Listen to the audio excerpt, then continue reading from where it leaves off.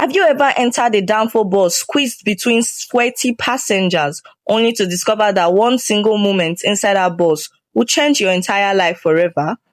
What if I told you that the person sitting next to you on that noisy Lagos Danfo could be the one to decide your destiny? Stay with me, because this is not an ordinary story. It is a story of struggle, betrayal, love, wealth, and a shocking twist that nobody ever expected. And if you are just joining us, hit that subscribe button and give this video a thumbs up, and turn on the notifications bell so you never miss a story like this one.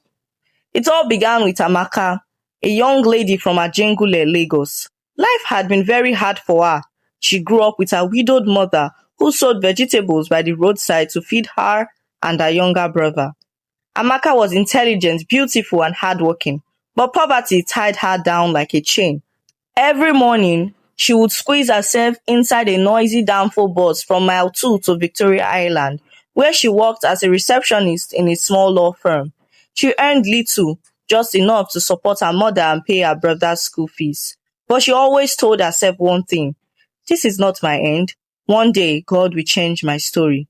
One particular Monday morning, the Danfo bus was as rowdy as ever. The conductor was shouting, "Oshodi, CMS, VI straight, enter with your change, oh." Amaka squeezed inside with her old handbag, hoping to get to work early. Little did she know that her life was about to change. Sitting beside her was a young man, well-dressed, quiet, and different from the usual Danfo passengers. He had a wristwatch that looked more expensive than her salary for a whole year.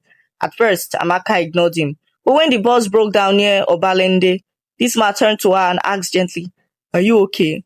That was the beginning. His name was Damilola, but everyone called him Dami. He was a calm, handsome man who spoke with humility despite his rich appearance. They talked, and Amaka found herself laughing freely in a way she hadn't done in a long time.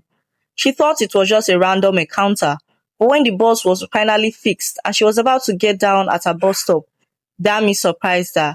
He gave her his card and said, "I don't normally do this, but something tells me I must see you again." Amaka was shocked. Men had approached her before, but none had spoken with such sincerity. She took the card, smiled, and left. That night she couldn't sleep. She was staring at the card. Damilola Williams, Managing Director, Skylink Aviation. She almost screamed. Skylink Aviation was one of the biggest private airlines in Nigeria. She couldn't believe it. How could such a wealthy man be inside Danfo? Why didn't he have a driver or a private car? Something didn't add up. But curiosity pushed her to call him the next day. From there, their story began. Dami asked her out to lunch, and soon they started seeing each other more often. Amaka was cautious. She knew rich men liked to play with poor girls, but something about Dami felt different. He never boasted, never looked down on her, and always encouraged her.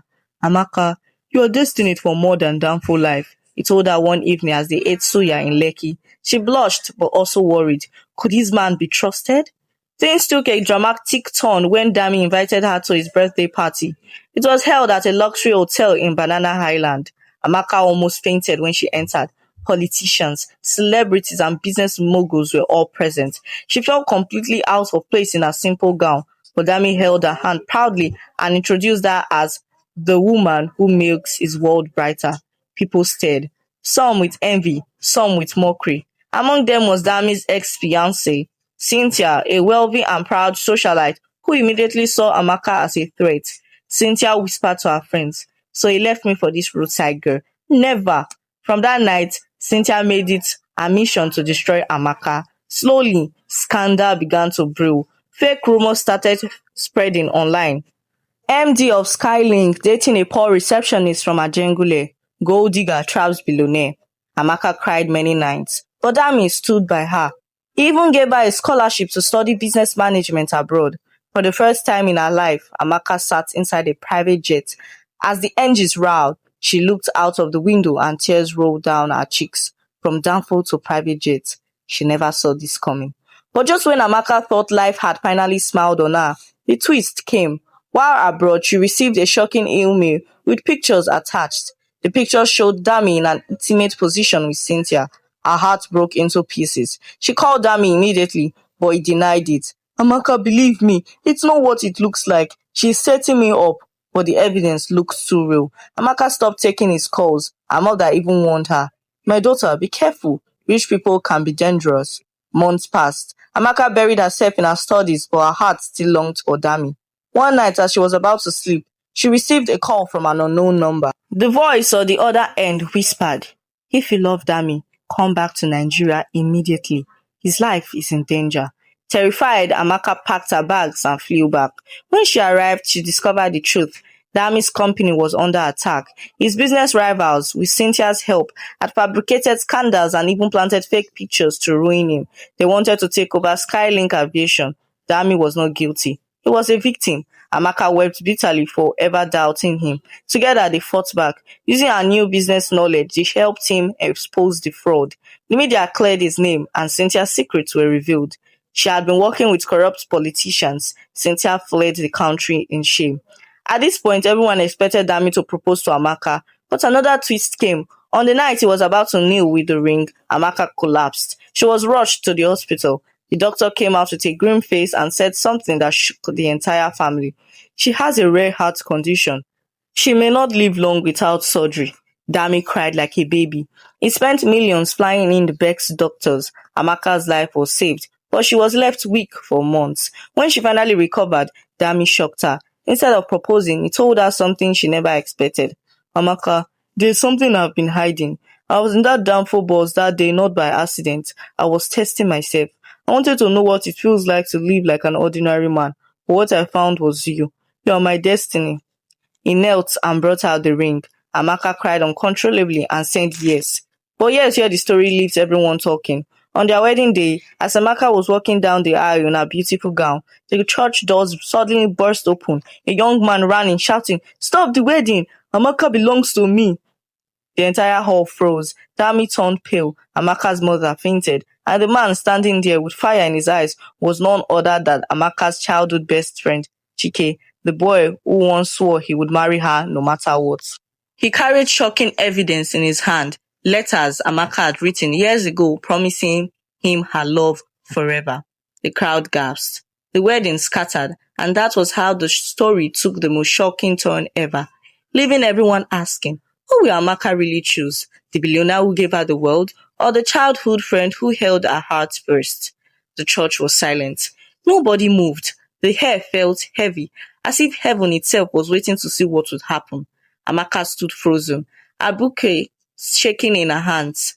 Dami's eyes widened in disbelief, and the congregation began whispering, "Who is that man? What is going on? Is this a movie?" Chike, Amaka's childhood best friend, stood at the entrance sweating, breathing heavily, his voice filled with desperation. "Amaka, you cannot marry him. You made a promise to me. Do you remember? You said no matter where life takes us, you will be mine." His words pierced through the hall like a sharp knife. Everyone turned to look at Amaka. She couldn't breathe. Memories of her childhood in Ajegunle rushed back. Chike, the boy who used to fetch water with her, who fought bullies for her, who gave her his food when she was hungry. She remembered the night they both sat under the old mango tree, and she, with tears in her eyes, promised, "Chike, no matter what, I will never forget you. If God allows, I'll marry you." She had met it then. But life had changed. Poverty had pushed them apart. She had met Dami, and her life had taken a turn she never imagined. But now, her past stood before her, threatening to shatter her present. The pastor looked confused. Dami clenched his fist, his face dark with anger but his voice calm. "Young man, with all due respect, today is my wedding. You cannot just call me and embarrass my wife-to-be." But Chike laughed bitterly. "Your wife-to-be? This girl was mine long before you even knew she existed. Billionaire or not, you cannot erase history." He raised the letters for everyone to see. "She wrote these with her own hand. Do you want to see proof?" The crowd gasped. Phones were already out recording. Social media was about to explode. Amaka's knees grew weak. She dropped her bouquet. Tears ran down her face. Her mother struggled to stand, shouting, "Chike, please, stop this madness. This is not the time." But Chike shook his head, his eyes red. "Mama, you know the truth. You know Amaka promised me. Why are you all pretending as if money has not blinded you?" Amaka finally found her voice trembling. "Chike, please stop. This is not the place. You are embarrassing me." But Chike only came closer, with determination, walking down the aisle. "No, Amaka, you embarrassed me first. You forgot me. You chose money over love. But I will not let this happen." Dami stepped forward, shielding Amaka. For a moment, the two men stared at each other like lions ready to fight. The crowd held their breath. Suddenly, a group of policemen rushed into the church. Everyone panicked. The officer in charge shouted, "Nobody should move. We are here to arrest someone." Whispers filled the hall. Arrest? At a wedding, the officer pulled out a paper and declared, "We are looking for Mr. Damilola Williams, Managing Director of Skylink Aviation." Gasps filled the air. Amaka almost collapsed. Dami's face turned pale. "Arrest me? For what?" The officer replied, "You are under investigation for fraud, embezzlement and money laundering." The hall erupted in chaos. Amaka screamed, "No! This is a lie!" But the officers handcuffed Dami in front of everyone. Journalists who have been covering the wedding turned their cameras. The headlines were already forming. "Billionaire groom arrested on his wedding day." Chike smirked, but deep down, he too looked confused. Dami shouted as they dragged him away, "Amaka, believe me, I am innocent. This is another setup." His words echoed in the church, leaving Amaka trembling in her gown. The wedding ended in disaster. Guests scattered. Amaka's mother fainted again. Chike tried to comfort Amaka, but she pushed him away. She ran out of the church barefoot, chasing after the police van, screaming, "Dami, Dami!" But it was too late. He was gone. That night, Lagos was buzzing. Blogs carried the news everywhere. Skylink MD in EFCC net, from private jets to handcuffs. Bride left heartbroken. Amaka sat in her room, her gown still on, crying uncontrollably. Her brother tried to console her, but she felt her world collapsing. "Why me? Why now?" she whispered. She didn't know what to believe. Was Dami guilty? Was this all a lie, or was he truly innocent? The next day, Amaka went to see him at the EFCC office. He looked tired but still calm. "Amaka," he said, holding her hands through the iron bars, "you must believe me. This is Cynthia's doing. She's working with my rivals. They want to destroy me, but I swear I'm innocent." Amaka's heart ached. She wanted to believe him, but the evidence was everywhere. Documents, fake accounts, offshore transactions, all pointing at Dami. While the case dragged on, Chike took advantage. He stayed close to Amaka, pretending to care for her. But deep inside, he was happy Dami was out of the way. "Amaka, maybe this is God's way of bringing us back together," he told her one night, but Amaka didn't answer. Her heart was torn. Weeks turned into months. Dami's trial shook Nigeria. Half the country believed he was guilty, the other half believed he was a victim. Amaka faced constant humiliation. People mocked her. "See your rich husband in prison." But she refused to abandon him. She visited him every week, even when Chike begged her to move on. Then came another twist. One evening, as Amaka was leaving the EFCC office, a stranger slipped her a flash drive and whispered, "This will save him, but be careful. People will kill for this." Amaka was terrified. She rushed home and opened the flash drive on her laptop. What she saw made her gasp. Videos, recordings, documents, all proving that Cynthia and her political allies had framed Dami. They had laundered money using his company's name without his knowledge. The evidence was solid. But if she revealed it, powerful people would come after her. That night, Amaka couldn't sleep. She was caught between saving the man she loved and protecting herself. Finally, she decided to act. She gave the flash drive to Dami's lawyer, who presented it in court. The courtroom exploded. The judge ordered an investigation. Within weeks, Cynthia's name was exposed. She was arrested at the airport while trying to flee. Dami was released. The world celebrated. Headlines changed. Skylink's boss innocent. Ex-fiancé behind scandal. Dami came out of prison a free man. He went straight to Amaka, knelt before her and said, "You stood by me when the whole world turned against me. You are my angel. Will you still marry me?" Amaka cried and said yes. But the story didn't end there. The night before her rescheduled wedding, Amaka received a shocking letter under her hotel door. The letter read, "Amaka, do you really know who Damilola is? If you marry him tomorrow, your life will never be the same. He is hiding the biggest secret of all. Come to room 305 at midnight if you want the truth." Amaka's hands shook. She didn't know what to do. Should she ignore it and marry the man she loved, or should she go and uncover the secret? Her curiosity won. At midnight, she entered room 305. Sitting there was an old man with a walking stick. He looked at her and said, "My daughter, I am Dami's father, and I must tell you the truth before it's too late.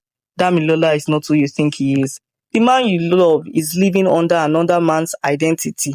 The real Damilola Williams died many years ago. The man you know has been hiding his past. Ask him about the fire in Ibadan, and you will know the truth." Amaka's blood ran cold. She staggered out of the room, confused, terrified, broken. What fire? What identity? Was her entire love story built on a lie? The next morning, she was supposed to walk down the aisle again. But now, with this new revelation, she had to decide, expose Dami or marry him and live with the secret.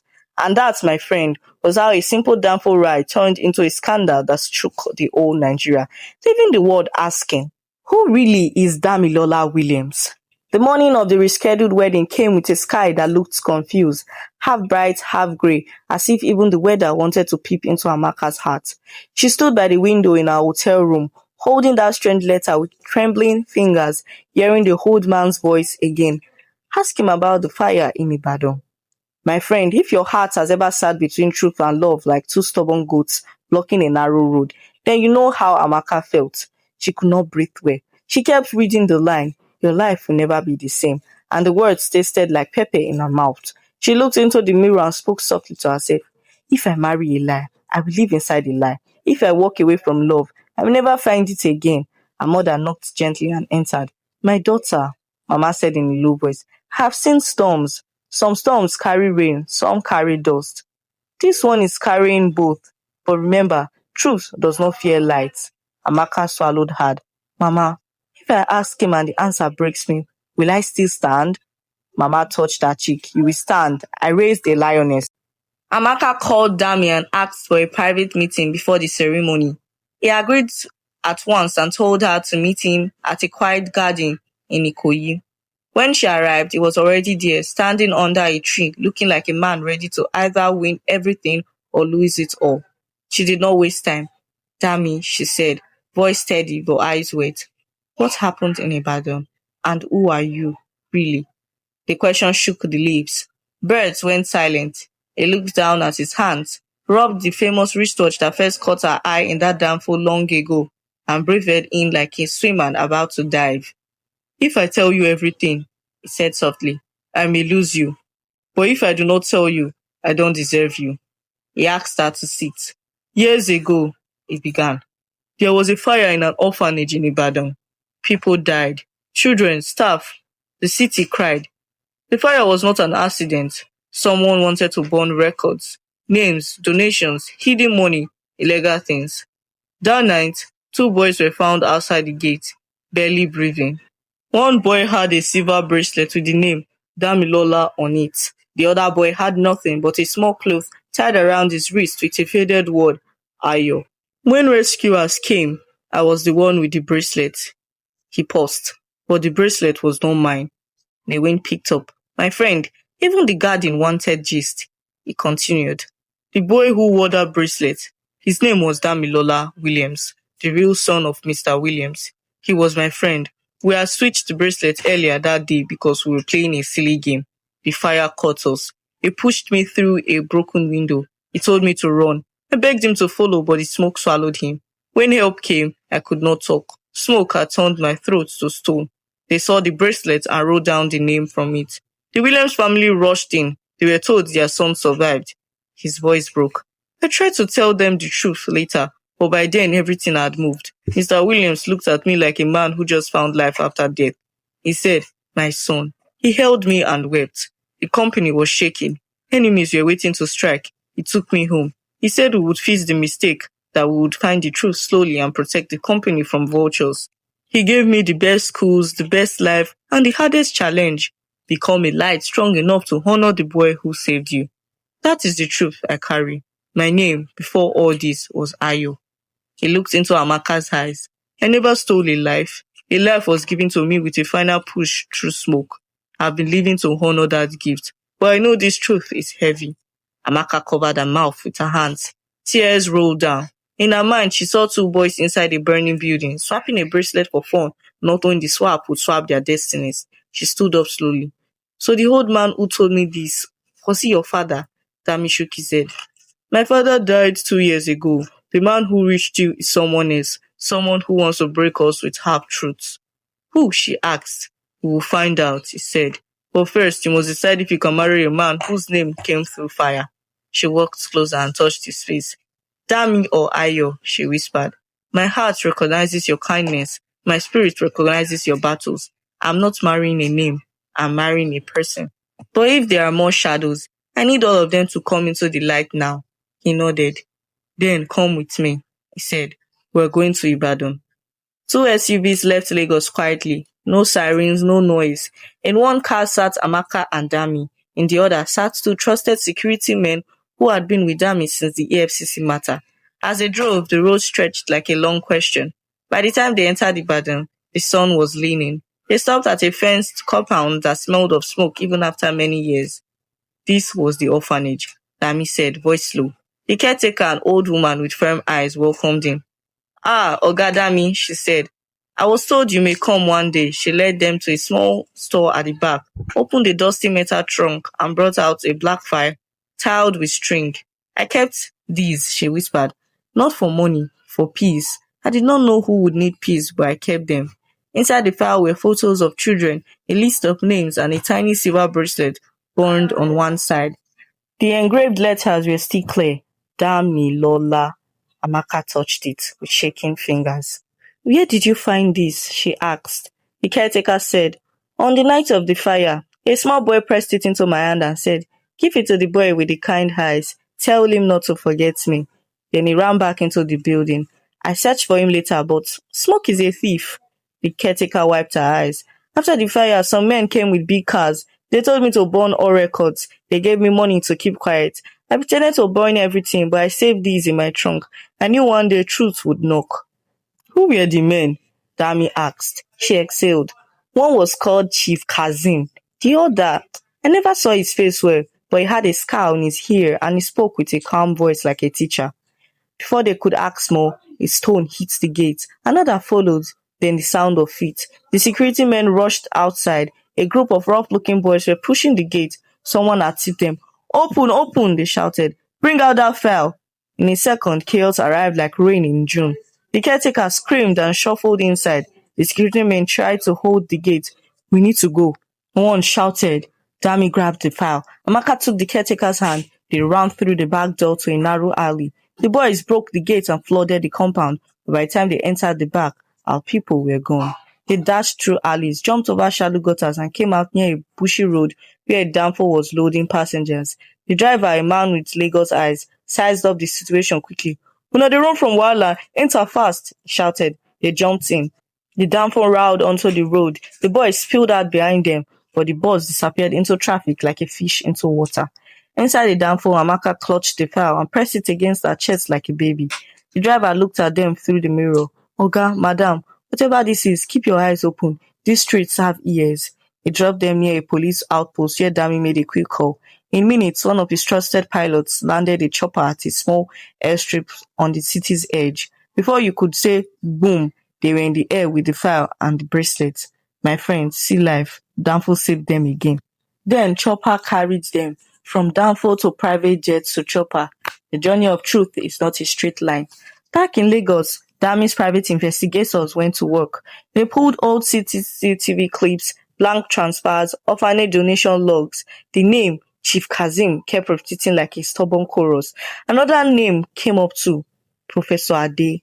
A gentle voice, a quiet donor, a man respected in society, known for giving scholarships to poor students. He had a scar on his ear from a car accident many years ago. The respect can dress a wolf in a pastor's suit. When they checked deeper, they saw links between Professor Ade's foundation and Cynthia's family. Money had moved in circles like a snake swallowing its tail. While this was happening, Chike returned. He came to Amaka's mother's house in Ajegunle when Amaka was not there. He knelt on the floor. Mama, I have sinned against your daughter, he said, eyes swollen. I let people use my pain to spoil her day. They paid me to storm the wedding. They promised me a job and a house. They showed me the old letters and told me she was lying to me. I was foolish. Mama looked at him for a long time, then fetched a stool. Sit, she said quietly. Talk. He confessed everything. A blogger had contacted him. The blogger worked for a woman called Mama Shade, a board member at Skylink who wanted Dami out. She and Cynthia had cooked many dramas together. They needed a loud scene to turn public opinion. They found Chike, broke his pride with sweet lies, and used him like a rented trumpet. When he finished, Mama sighed. Chike, A man can make a mistake, but a man must not live inside the mistake. If you truly want to fix this, stand up and face the people who used you. He nodded. I will. The next day, Dami called a press conference, but not the normal type with soft questions and small talk. He chose a community center in Ajegunle, not a fancy hotel in Victoria Island. He wanted the people who first believed in him and Amaka to hear the truth with their own ears. The hall was full. Market women, Danfo drivers, students, bloggers, even gossip aunties who came with chewing sticks. Cameras were rolling. Dami stood with Amaka by his side and Mama sitting in the front row like a queen made from firewood and prayers. He told the story of the fire. He showed the bracelet. He honored the real Damilola, the boy who saved him. He promised to fund a memorial for the children who died and rebuild the orphanage with a new name, House of Ayo and Damilola. People cried. Even the hard-faced cameramen wiped their eyes. Then the real thunder landed. Chike walked to the stage, took the microphone and said, I am the man who stopped their wedding. I was wrong. I was used. I called the names today. Madam Sade of the Skylink board, Cynthia of the fake scandals, and Professor Ade, the calm voice with a scar. You tried to destroy love with lies. You tried to bury truth with money. But the ground has vomited what you planted. Phones buzzed. Hashtags started flying. Lagos loves gist, but Lagos also loves a confession with names. Within hours, the internet was on fire again, but this time with truth. That night, as if the city itself wanted to clap, rain fell, heavy, loud. It washed the dust of lies from the streets, but the enemies were not sleeping. Professor Ade disappeared. Cynthia posted a video crying crocodile tears, saying she was a victim too. Madam Sade laughed on a phone call with a journalist and said, Children playing with adults matters. My friend, pride is a ladder people climb to fall faster. The wedding was set again, but this time to be very small, private, no noise, just close family and a few friends. Amaka and Dami wanted peace. The evening before, they sat on the floor in her mother's sitting room, eating jollof rice and fried plantain, laughing like two people who had earned joy the hard way. Then Mama stood up, cleared her throat and did something nobody expected. She brought out an old key, walked to a wooden box under her bed, and returned with a brown envelope tied with thread. My children, she said, I have kept quiet long enough. It is time. She opened the envelope and pulled out documents and photographs. One photo showed a young mama in her office, smiling beside a sign that read Williams and Partners. Account, department. Another photo showed her with a baby wrapped in a blue cloth outside a big house. Amaka's mouth opened. Mama, is that you? Mama nodded. Before you were born, I worked in the Williams company. I was very good at numbers. I discovered a hole in the account, money moving where it should not move. I reported it. A week later, your father, God rest his soul, had an accident. They said it was a drunk driver. I knew it was a warning. I ran. I hid my life in simple clothes. I raised you small and quiet. The flash drive that saved Dami, I gave it. I have been watching from the dark, waiting for the right time to bring light. Amaka started to cry. Mama, why didn't you two tell me? Mama touched her head. Because lions do not treat their cubs with theory. They take them to the field. The room was heavy with history.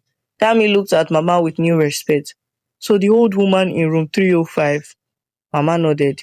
He is Mr. Williams' brother, Uncle Larry. He has always hated his late brother's power.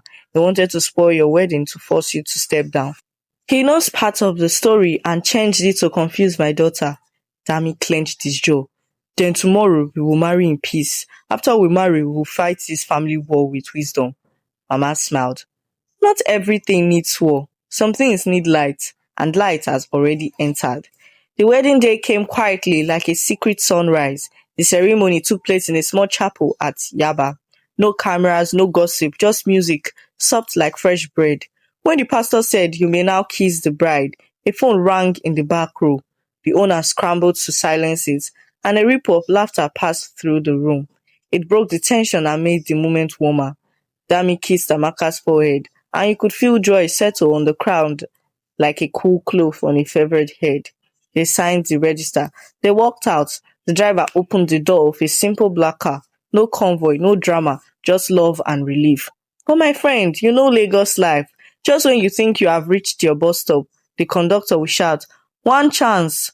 As the car turned onto the main road, Another black SUV slid in front of them and blocked the way. Four men stepped out. Their movement was clean and sharp. Not area boys, trained. The leader opened the back door, leaned in and said in a polite voice that carried danger, "Sir, ma, please follow us quietly. We don't want noise."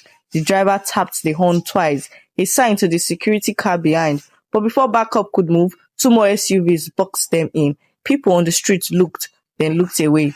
You know how it is. When fear wears a suit, neighbors face their front. The kidnappers drove them to a waterfront property in Lekki. Silent, expensive, empty. Inside a cool room with glass walls that looked over the water, a man waited. He wore a plain white native outfit, a gold ring, and that calm teacher voice. He turned his head, and the light kissed the scar on his ear. Professor Ade. He smiled like a principal welcoming late students. "Congratulations on your wedding," he said. "I wanted to give you a gift you will never forget." He waved, and two guards brought in someone with a black hood over the head. They pulled the hood. The person blinked at the light, then stared at Amaka and Dami with eyes that made the room stop breathing. The face was Dami's face. Not similar, exact. Same eyes, same jaw, same small mark near the left eyebrow. The only difference was the thin line of scar near the chin. Amaka grabbed Dami's hand. "Who is that?" she whispered. Dami could not speak. His legs shook. Professor Ade clasped his hands behind his back. "Meet Damilola Williams," he said softly. "The real one." Silence broke into pieces. The man looked weak, like someone who had been living in shadows. He tried to stand straight. His voice was dry. "Hayo," he said, calling the whole name with love and hurt inside it. "You kept the promise." Dami's eyes filled. "I searched for you," he said, voice shaking. "I searched everywhere." The man nodded. "I know." He turned to Professor Ade and frowned. "Why are we here like this?" The professor smiled. "Because truth is a currency and I like expensive things." He faced Dami and Amaka. "Gentle people, here is the deal. Step down from Skylink. Transfer controlling rights to a trust I will manage. I will discover the real heir publicly and reunite the family. No scandal, no police. Everyone goes home." He spread his hands as if offering communion. "Or refuse and this reunion becomes an explosion. AFCC returns, investors run, airlines collapse, people lose jobs. Nigeria learns that the man flying private jets borrowed another boy's name like a spare shirt. Think carefully." Amaka moved forward slowly. "Professor," she said, voice quiet but firm, "you are a teacher, but you forgot a simple lesson. If you hide a candle under a bucket, the room stays dark. But if you lift the bucket, the candle burns brighter." She turned to the two men who shared one face, Dami and Dami. She smiled through tears. "This is not a fight. This is a homecoming." She faced the professor again. "We don't accept your deal. We will tell the world the truth ourselves, and we will not give you anything." The professor smile did not move, but his eyes hardened. "Bold," he nodded to his men. "Take the bride to the car. The groom stays with me." The guards grabbed Amaka's arms gently but firmly. She did not struggle. She looked at Dami and then at the other Dami. "Find me," she said simply. "I will not be far."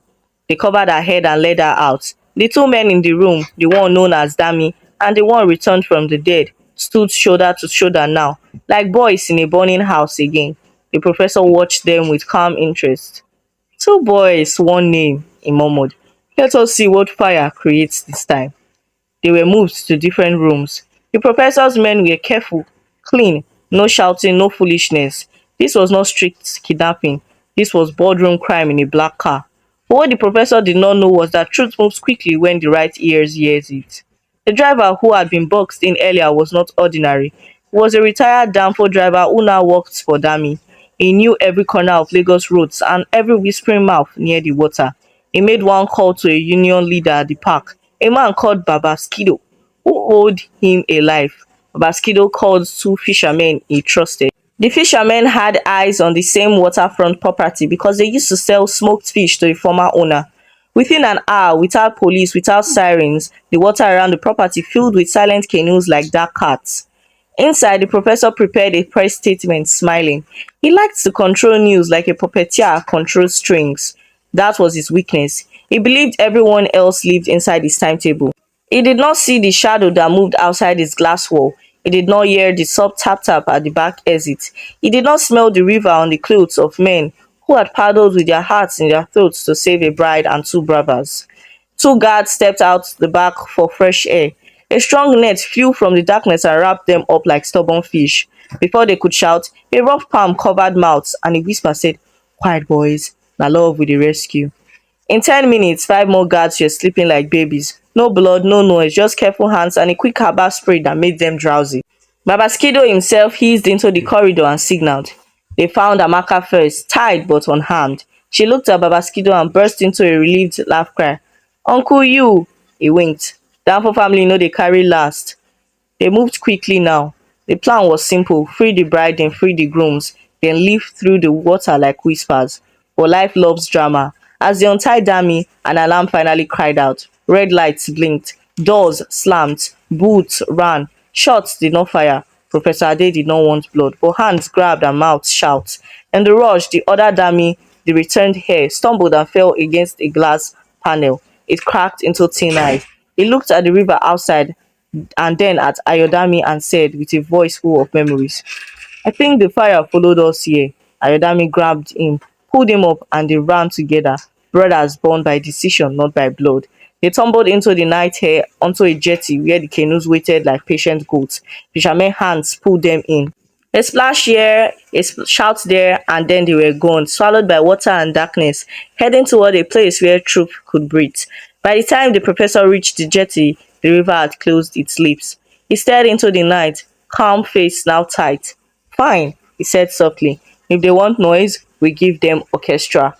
Morning returned with big drums. Every radio, every blog, every timeline screamed, "Two Damilolas." Some people said it was a movie, some said it was AI, some said it was end times. Before rumors could make their usual damage, Amaka went live from a safe place. She spoke in simple words. She told the story of the fire, the bracelet, the adoption of a name, the return of a brother who was lost but now found. She honored both. She honored the father who tried to save a company and a legacy. She pointed to the real enemies who used orphanage flames to cook their greed. She did not beg. She did not shout. She just poured light like water from a clean bucket, and the city drank. Then came the biggest meeting in Skylink history. Shareholders, board, staff, everyone gathered. On the stage stood two men who looked like one. Ayodami spoke first. "I am Ayo, known to you as Damilola. I led with everything I had. If you want me to step aside for the man whose name I carried, I will do it." The returned Damilola raised a hand.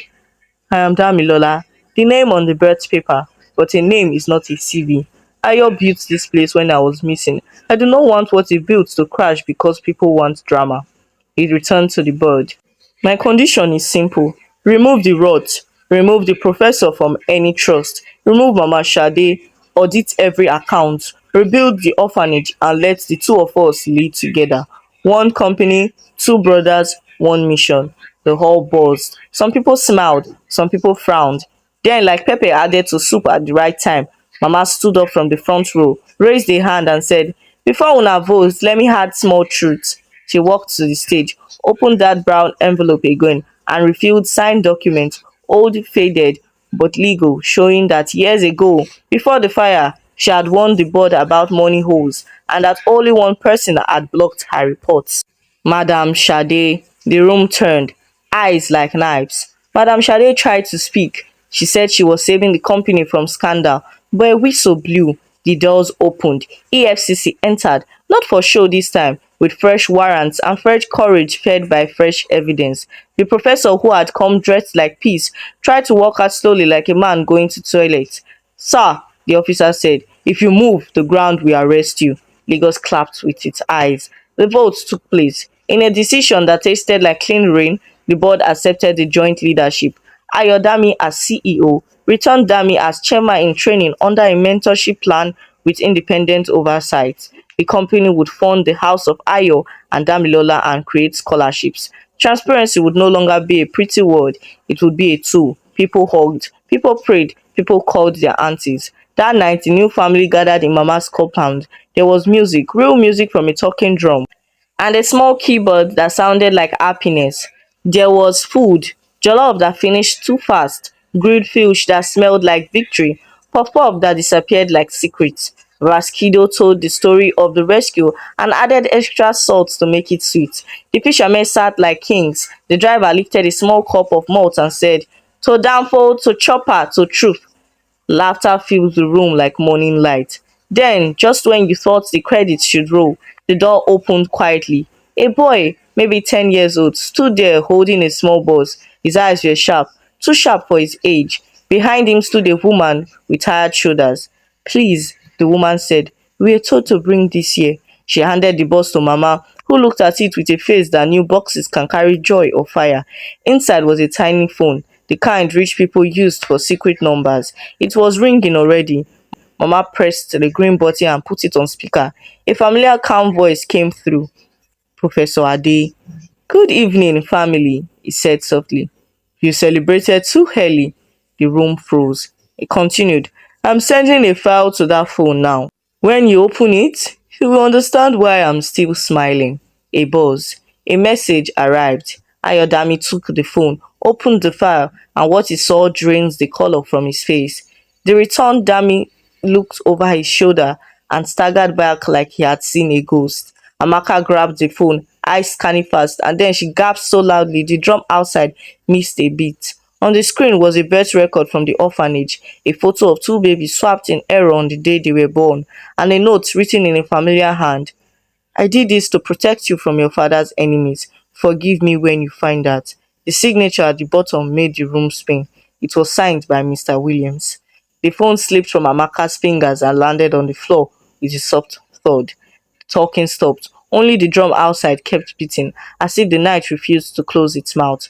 "My friend, let me ask you, if the fire did not start in the building but in the birthing room many years earlier, who truly is who in this story? And if the man everyone trusted leads the first match to save his house, should we judge the flame or the fear?" Hold this question in your chest like a secret coin, because after Danfo and private jets, after bracelets and rivers, after wedding and rescue, the loudest truth has just arrived at the door, and tomorrow morning we will decide who keeps the name, who keeps the company, and who keeps the heart. The room was so silent you could hear the sound of a mosquito passing. Everyone's eyes were fixed on the phone lying on the floor, the screen still glowing with the document that carried Mr. Williams' name. Amaka bent slowly and picked it up again, her hand shaking. She read the words over and over, praying they would change. But they didn't. They stayed there like stubborn ink. Ayodami, her husband, was staring at the wall, his breathing heavy, while the returned Damilola leaned against the table, his face pale, almost breaking. Mama sat down heavily, whispering, "So it started from the beginning, from birth." The whole family was confused. If the babies had been swapped at birth, then who was truly the biological heir? Who was the child of Mr. Williams? Was it Ayo who carried the bracelet? Was it the returned Damilola who carried the name? Or had both of them been living inside a story written by a frightened father, trying to protect his bloodline from enemies? The phone rang again. Same calm voice. "Professor Ade, I say you have opened the file. Now you understand. The Williams empire was built on a lie, and lies, no matter how sweet, will always beg for truth. Gentle people, you can fight me, but you cannot fight history. I will give you time to digest. Tomorrow morning, the whole world will hear this truth."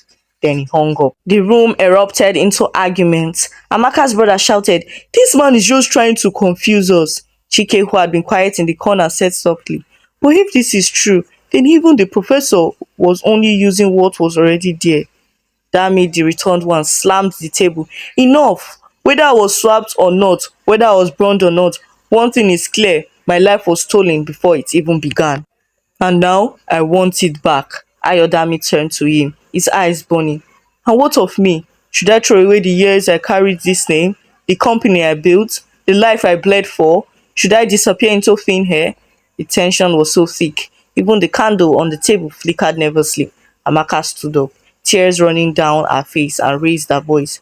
"Both of you stop. Don't you see what is happening? This is not about who is the real son or who is not. This is about greedy people using secrets to control us. The professor wants you to fight so he can take everything. Mr. Williams may have hidden the truth, but he did it to protect you both. Don't let these enemies win by turning against each other. Her words settled on the room like cold water on hot stones. The two men looked at her, then at each other. Slowly, painfully, they both nodded. Ayodami extended his hands to the returned dummy. Brother. The man hesitated and took the hand firmly. Brother. The next morning came with heavy clouds but clear hearts. Instead of hiding, they decided to face the world head on. At a massive press conference streamed across Nigeria, both men appeared side by side, Amaka and Mama behind them. The hall was filled to the brim. Reporters, shareholders, bloggers, even street boys who managed to sneak in. Ayodami spoke first. For years you have known me as Damilola Williams. The truth is, my birth name is Ayo. My life began in poverty, but fate put me into this family through fire. I have led with all my strength, even when enemies tried to destroy me. He paused, then turned to the other man. This is my brother, Damilola Williams, the one who was lost but is now found. Blood or bracelet, name or story, we are one. The returned Damilola stepped forward. Yes, secrets were hidden. Yes, we were both victims of decisions made long ago, but we refuse to be enemies. From today, Skylink Aviation will not be ruled by confusion but by truth. I will stand as chairman and my brother Ayo will remain CEO. Together, we will carry this company higher than any private jet has ever flown. The hall exploded in applause. Some cried, some clapped, some shouted, God is great! But before the joy could settle, a voice from the back of the hall shouted, What about Professor Ade? All heads turned. The FCC officers waiting at the entrance smiled. Don't worry, their leader said, raising his badge. We will have him. They dragged in the professor, handcuffed. His calm face finally cracked. His car shone under the camera lights. He tried to speak, but this time no one listened. His power was gone. From that day, the story of From Danfo to Private Jet became more than gossip. It became a lesson written across Nigeria that no matter how far lies travel, truth will eventually catch up like a conductor demanding his balance. Amaka and Ayodami's love grew stronger, texted by fire, refined by scandal. The returned Damilola found peace in brotherhood, no longer lost but honored. Mama, once just a vegetable seller, became known as the woman whose wisdom saved a dynasty. But the biggest shock came years later when Amaka gave birth to twins, a boy and a girl. The boy was named Damilayo, a blending of both names, a reminder that destinies can merge. The girl was named Ifeoluwa, for love had carried them through every storm. And whenever Amaka told her children the story of how she met their father in a noisy Danfo bus, she always ended with the same words. Life can carry you from Danfo to private jet, but the real journey is from lies to truth. And that, my children, is the only fight worth taking. My friend, that was how the story ended. Not with money, not with scandal, but with truth standing taller than any skyscraper in Lagos. And as for the audience who followed every twist, they were left talking for days, shaking their heads, asking themselves the same question. If fate gave you a name that was not yours, would you carry it or would you drop it? That only your heart can answer. The end. Thanks for watching.